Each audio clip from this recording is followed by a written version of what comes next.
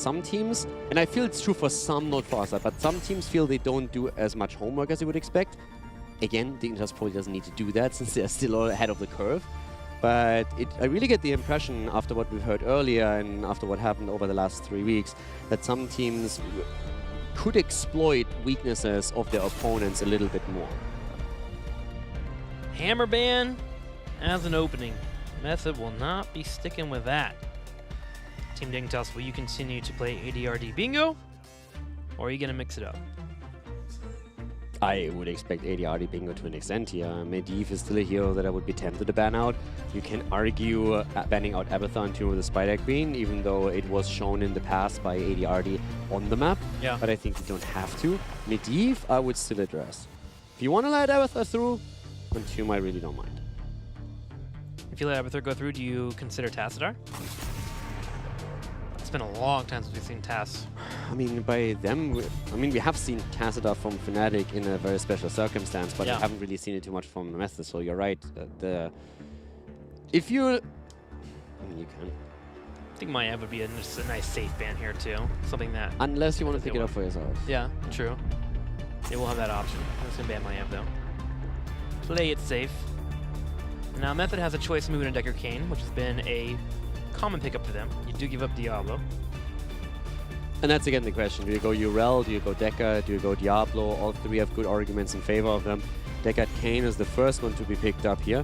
And that puts Dignitas into a position where if they want for Wooby, they can get Urel now. And we talked about Urel and her incredible win rate in HGC Europe a few times now, but sitting with more than 100 games played above 65% win rate is just absolutely out of this world. That's unheard of. So that hero is so unbelievably impactful, and it's taken immediately on the side of Dig. Not together with Diablo, but together with Garrosh here. Garrosh Day for JPL. Team Dignitas brings him in. Looking for those picks. He started to play that hero a bit more also last weekend. Yeah. Even mixing in Stitches occasionally too. I mean, it's a hero that he still really likes to play. So given the win on the last map, his Garrosh is now 12-1. Yeah, I'll take that as a win rate. I'm okay with that. It's not too shabby. Yeah. It's all right. There's some room for improvement, but, you know, that's just us nitpicking. Johanna and Hanzo. I mean, Hanzo and Malfurion are 12-0 for them, so JPL, get good. Step your game up, please. So wave clear here. You want to hear Urel for Wooby? Take a guess. Let's go with 24-0. Okay, now you're getting ridiculous. No, but you're close. 19-2. No, 20-2 now with a win on the last map. Actually, sorry, Urel was played by Method. Yeah, so 19-2 still. It's pretty good. I was counting the picks for Wubby. Whenever he picks them, it's an undefeated season for him. I have to admit, these stats are focusing only on Europe versus Europe. So they're not including the Western Clash. Like none of the offline matches. It's the online league performance that we're talking about. So if you include his Urel games at the Western Clash, then yeah, you're very much in the ballpark. Still, nearly 20 games on one hero. That's crazy. Jeez. What's the most? It's actually their most played hero. Yeah, I believe it. 62% of their games they play Urel. I think Malfurion would be on track if Deckard Cain didn't become so strong. And a couple of Karazims in there too, because we had a lot of Malfurion from Dig when we started Phase 2. So crazy how numbers were. Speaking of Malfurion, there he is. Mixed in with Jaina, helping out with the wave clear, but now you also have some substantial follow-up for whenever Garrosh finds a combo on any target. You have the Malfurion route straight into Jaina damage. Typically, that can equal a kill. And I mean, Jaina is doing well. She's 11-5 now in Europe, including the win that Fnatic had earlier. But talking about Urel for a second, as we have Blaze picked here, Urel for Dignitas is actually, if I'm not mistaken, yep, it's the most, in terms of percentage of games played on any team, it is the best hero for Dignitas. No team has played, like 62% play rate for Dignitas, and no team comes even close to having another hero in terms of play rate that far up. The highest that we are seeing outside of it is some 50%ers, Urel on the side of Method, for example, and we're also seeing Deckard Cain for leftovers, and the Phoenix being played pretty heavily for them. But 65%, That's, oh sorry, 62 that we're seeing for Dignitas with Urel. That's actually incredible. They rely more on that hero than any other team relies on any other hero. Well, Method sticks with Phoenix as he comes out once again for them with the addition of Blaze, so the slows will be there. And the counter from Dignitas will be a Rainer, so we got the damage available for them. Have that CC naturally mixed up with the synergy coming in from Jaina with those slows in. So looking straight into the battleground here, we have a pretty good draft for both teams. Yeah, I mean, Wave Clear is there for Dignitas for sure. They have also that combo of throwing someone with Garrosh into a root on Malfurion and then trying to burst him down with the damage. So that really works out. When you look over to Method, I feel from a Wave Clear perspective, they're still looking good. Yeah. They have a good draft for sure. That front line with Johanna and Blaze is also going to be difficult to break through. But if you at any point, if Dignitas gets at any point onto either Hanzo or Phoenix, they should just be gone. So that's the one thing that you have to be careful about, especially after level 10 is there and Taunt is ready for JPL. If he gets a Taunt of either one of the two, Jaina should be able to just blast them away. Well, let's go ahead and move into it here. Game number 2, Dignitas is up 1-0 over Method. We'll see if Method can tie it up or if we're going to a game 3 with a lead for Dig. On the left side in the blue, Nick on Phoenix, Ethereal on Blaze, Bad Benny on Johanna, Curson on Deckard, and ADRD on Hanzo. And again, with the lead in the series, it's Team Dignitas to the right side of the map with Whoopi on Urel. We have Snitch in game number 2 on Jim Reyna. That leaves Poik, of course, on the Mage with Jaina is going to be there for the magic damage. JPL on Garrosh for the second time in a row. And Zelia on one of his best heroes. He is on Malfurion. 12-0 in phase 2 on Malfurion. Keeping an eye on JPL, but also looking over to Bad Benny to control this front line and keep up with the wave clear 4 method. They need to make sure they don't fall behind when it comes to turn-ins, or Team Dignitas will start to pick them apart. Already, JPL stepping forward as Bad Benny uses that Iron Scan. A Groundbreaker about to be available here, gets the knock up, heals coming out, but it's not enough. Rainer brings up the gun and gets the kill. Down she goes. Johanna is eliminated, and yeah, that's the problem if you bring a sword and a shield to a gunfight. Need more armor. Yeah. Sure. Nah, I mean, right now, when you're looking at the setup here, 12-0 Dignitas on Malfurion. They're looking fantastic on Garrosh with an 11-1. It's actually 12-1 now with them winning the last map as well. Urel is 19-2 for Dig. They are just fantastic as a team, and these are some of their strongest heroes that they have in the arsenal, and their most played ones too. Especially Zelia's ability to just like step forward in the middle of a fight and drop a Twilight Dream has been incredible for them in the past. Now, of course, Tranquility is a real option, so it's not all about the Twilight Dream anymore, but this is still a big play that he can make here, and they have claimed already a very dominant position here in the middle of the map to secure the vision and the rotations between the two tournament points and try to dominate the objective to that. I'm kind of on board with either heroic here, actually, now that you talk about that. Tranquility to help out with the massive AoE being available for Method in terms of that CC, being able to walk away with some heals would be nice, but Twilight Dream, after a combo from JPL, and a damage, that's tasty. No, there's definitely a big room for both of these. Depends a lot on the playstyle and how the early game goes, I feel, and then you can make that decision. But there was already a ton of damage towards ADRD on his Hanzo here, and he nearly fell. It was a good move from Curson to just zone out Jim Reyna, make sure that doesn't happen. A little bit of body blocking going on, though, against Bad Benny. Even Indomitable had to be used here by JPL as Nick was starting to rotate in and turn the heat up on Garrosh himself, because that was already Benny being in a bit of trouble here again. Both keeps up for both of our teams, but that experience lead starting kicking for Dignitas. Method should be able to deal with the experience here in the middle, but that gives room for Dig to drop off a few gems, and they've already done so. 11 gems dropped off also.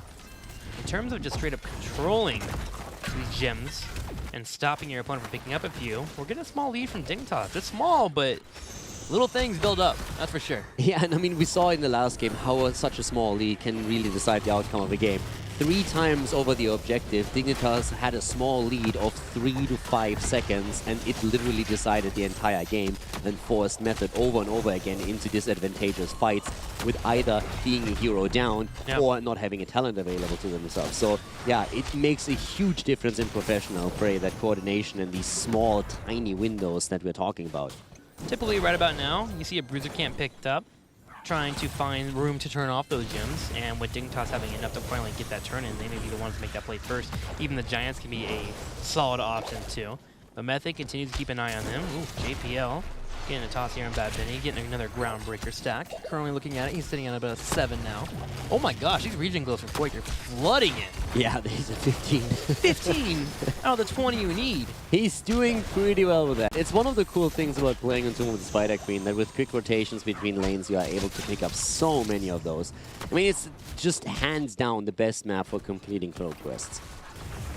Speaking of that, something that you can put into your own play. If you realize that your teammate is moving for a region globe quest and you are the main tank, grab those globes, fight over them. Your teammates will love you for it. You'll probably get an upvote at the end of the game too, if you're on the screen, that is.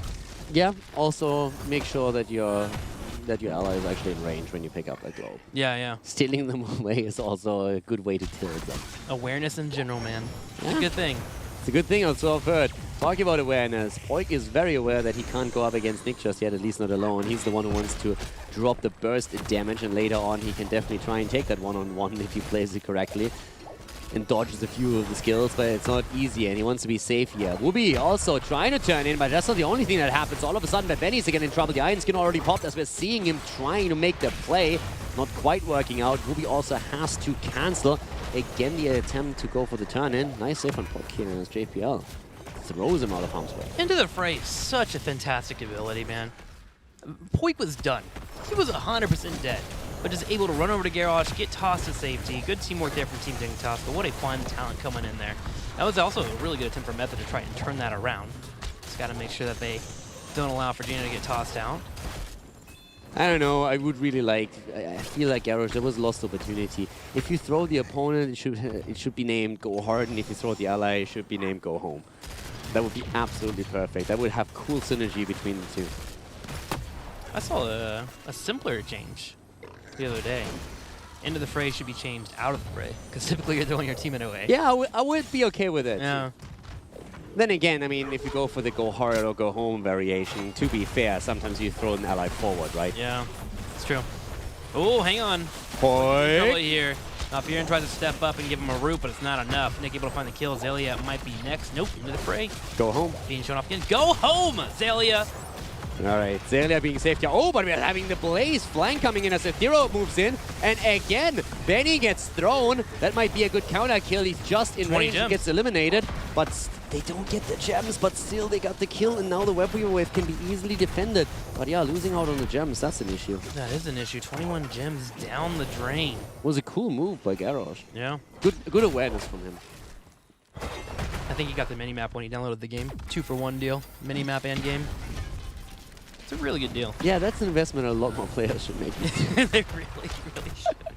Because there are moments, man, where I'm like, wait a minute. Do you not see that thing in the bottom right of the screen? That's not something on your monitor, man. That's part of the game. Yeah, having a minimap and the ability to counter 5, that's always great when you play Heroes of the Storm. The two things you need, man. That's all I need out of teammates. Yeah. So we have the pushes happening for our teams. Method actually has pulled ahead in experiences on their way towards level 10. Yeah. Dignitas, after losing a couple of members, is 2-2 in kills, but at important times, has to put them behind and they didn't get too much. It's a bittersweet situation. You defend the first Web Weaver for your opponent. You have the early level 10. It's fantastic. And then you realize you just lost 20 gems. Yeah. You're like, ah. I mean, still, I would argue that they are in a better spot still. I mean, they are really doing well here. If they get a turn in, that's going to be potentially a great start for them into Tomb. But Dignitas has now their heroic abilities too, and Method could not secure the entire turn in before that happened. So now we're having Hyperion, we have the Ring of Frost. Tranquility is the weapon of choice for Malfurion.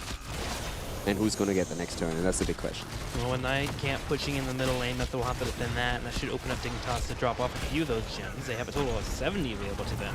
Yeah, the Method. Bruiser camp in the middle. Yeah. Just taken. Bruiser camp pushing in the middle too. It'll be a hard push for Method. Yeah, with that Knight that is also in there. Yeah. There it comes again. I mean, once more, it's all about the control of the turning points. And Wooby is already starting to all of a sudden sneak in. You can see that a couple of times that he's moving towards it, but Urel was in the vicinity most of the time. Sorry, Ethereal and Wooby. There we have the two of them, and here comes the Lornado. already popping the Iron Defender quite early here, especially if you compare that to the way that Last Hope was playing earlier. Will be definitely a little bit more trigger happy on the heroic ability. In this case, working out very well for him. It's of course a long cooldown that he has to deal with right now. Groundbreaker here for Poke as Dignitas dances around the turn-in point. Nick is trying to force the issue. Like, mostly just trying to set up a possible CC training from Johanna, as Johanna actually gets tossed in with a Condemn. Yeah, but Jaina is a bit too late with the damage output here. Here comes Nick. They're trying to also get the jet propulsion in. That didn't quite work out, but Whoopi is already dropping in HP. But we have them on the way back. Taunt into the Ring of Frost, and at the same time the Hyperion. The bunker is good, but not good enough. Down goes Johanna. Deckard Cain is eliminated. The Lord Nado creating some space for them to retreat here. But that's a double kill that Dignitas can now exploit by moving straight towards the turn-in point and securing Web Wave number 2. It is actually kind of impressive what you can do with Fight or Flight mixed with the Ages of Light. A total of 70 armor was on Raynor when Salvo came out. That tickled him. In fact, it probably wasn't even a tickle, it was a light brush. What I liked a lot was the Hyperion and the taunt into the Hyperion on Johanna. Johanna just walking out of it, and Garrosh just saying like, oh no you don't, you want to take a little bit of damage, don't you? Come with me. Taunts her right into it, and I mean he can save himself for just a bit longer into the bunker, but then it wasn't enough, and that's the first kill, and then the second against Deckard. Too much for them to handle. Now Dignitas has to reverse the experience situation we talked about earlier. They've taken the lead, they're close to level 13, and they just push in. Pushing forward here, no Hyperion for 25 seconds, so no full commitment from team at Dignitas, but they will definitely clear out these waves and have the minions lead their push. JPL even going behind the fort just to make sure they can grab it here, and that will net them that 13. And Urel's already prepping the border lane too, so Dignitas can go for a massive rotation towards that fort. Oh wow, they're even going for an aggressive play, see if they can catch someone that might be rotating too far. And Athero may have got himself caught out. Yeah, the Lornado, not great. The root. What a fantastic setup here for them. Again, the Ring of Frost dropping the bunker. Hyperion is in, and there they come, the kills. Benny is down, and Whoopi is going for Curson. Trying to take down Deckard Cain, and that's a successful kill as well. 6 kills against 2, dropping 2. Webweaver still eliminating the bottom fort. This is just, again, another fantastic game from Team Dignitas. I want to see Zelia grow a garden. What? I want to see Zelia grow a garden. That root, forced method to be stuck in that fight. Had Athero gotten the jet propulsion off in its full duration, he would have completely gotten away, wouldn't have had to use the bunker, and 2 members of Method wouldn't have fallen. Sure, they would have lost a fort. Yeah. I mean, Zelia laying down the lawn here was definitely a highlight of that last fight. No, but again, they executed it perfectly. They already knew exactly where was the escape path. You saw the root coming in after we had the initial throw by Garrosh. And then even the Ring of Frost here. When the bunker came into play, the Ring of Frost comes out, you just blow everyone to pieces, and they got so much out of it. It's not only the experience lead, but just like denying a few gems, trying to make the play now for another wave. Objective number 3 for Dignitas. It's just important for them to keep up the momentum. This is really the most important thing. Keep it up, try and drop a keep as soon as you can. You need to get value out of it before your opponent turns in themselves. Just completely looking at Johanna and blowing her up. Down. There she goes. And that was Urel too. That was Whoopi just making sure that no one could go into that bunker. Yeah. Fully knocking them away from it. Bunker gets used.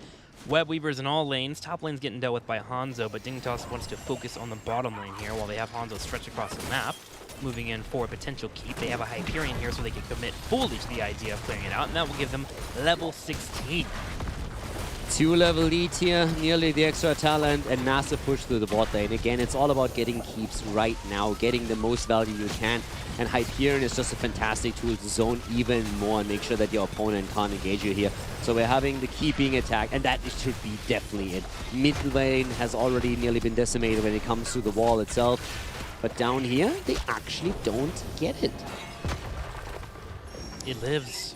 That was a bit of a misstep from Dig. They should still get that once they start pushing it with their next minion wave, but I still think they could have committed to that move. Lots of combos coming out on top of ADRD. Finally a scroll connects, but the knockback comes out from Wobby to stop any attempt from locking down multiple members. There's a minion wave any second, and that's the one they're going to use and try and take that down. Snitch should still be fine there. It's okay. Minion wave pushes in, soaks the tower shots, and that's when Dignitas makes the move for the keep and take it. Boom. Fort down, keeps pushing in the bottom lane. or keeps getting kills, so Catapults can push in the bottom lane. Bruiser can't even looking to be grabbing the middle. Snitch tossed it into ADRT. Dignitas, he might be feeling a little comfortable right now. JBL is having a little bit fun. I'm pretty sure that was not quite the call that Snitch was asking for here. Playing a new minigame. Can't have anything on cooldown. He was like asking, do you want to go hard? No, no, no, I want to go home. Like, no. Well, Exactly, Garish. Method has 86 gems at least. 42 have been dropped off already, so he needs to drop 8 in for the first turn of the game, by the way. Yeah. We have seen this in the past, actually, Fnatic versus Team Dignitas, where Dignitas ran out of steam because they turned in so much, and Fnatic was able to hang on. Again, this is a map where Dignitas has only a 50% win rate, 2 wins, 2 losses. That is unheard of when you compare it to other maps. Rate, honestly. For Dignitas, it's a horrible map. I mean, again, Dignitas has only lost 4 maps. They have an 88% win rate in general. And 4 losses in total. 2 of those 4 losses are on Tomb. They chose the map. They definitely want to play here. They want to show that they can pull this off. But there is a chance for Method to start a bit of a comeback. Doesn't start with a kill against Johanna, though. Johanna on their front line is having a really difficult time, and Snitch is chasing Hyperion, trying to fall behind. As 2 falls down, Wubby also will be jumping straight on in and wanting to knock back Nick. Nick in the corner here with 40 gems. Last Make hope. it stop. That's 40 gems. Gonzo. Phoenix down, gems lost, and now the old man is also being attacked here. Poik is going to get that kill eventually. Can even delay it if he wants. I mean, you can stagger deaths in this situation even. But of course, they just want to go for the core here. That's a 3-level lead. That's Dignitas with 11 kills against 2, showing absolutely no mercy. 25 seconds before we even have Decker came back on the field. Phoenix will be here. It looks like there's no chance for Method to stop this. ADRD is trying to buy as much time as he can, and Bad Benny's going to come in here and squeeze him forward. Now Furion is low on mana, but Method cannot stop the onslaught of Dignitas. They turn around, look at the core, and they clean it up. Dignitas will go up 2-0.